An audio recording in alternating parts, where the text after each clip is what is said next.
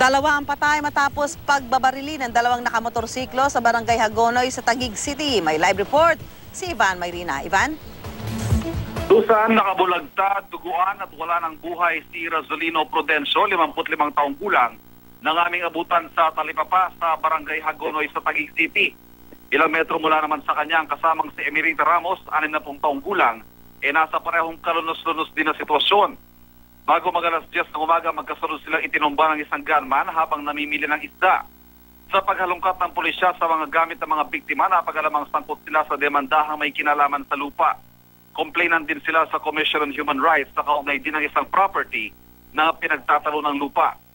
Dadalhin, Susan, sa Campo Crame ang saksi para mabuhang composite sketch ng mga suspect na tumakas sa kayang motorsiklo.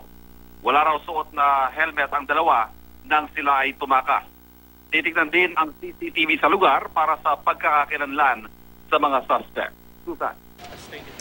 Maraming salamat, Ivan Mayrina.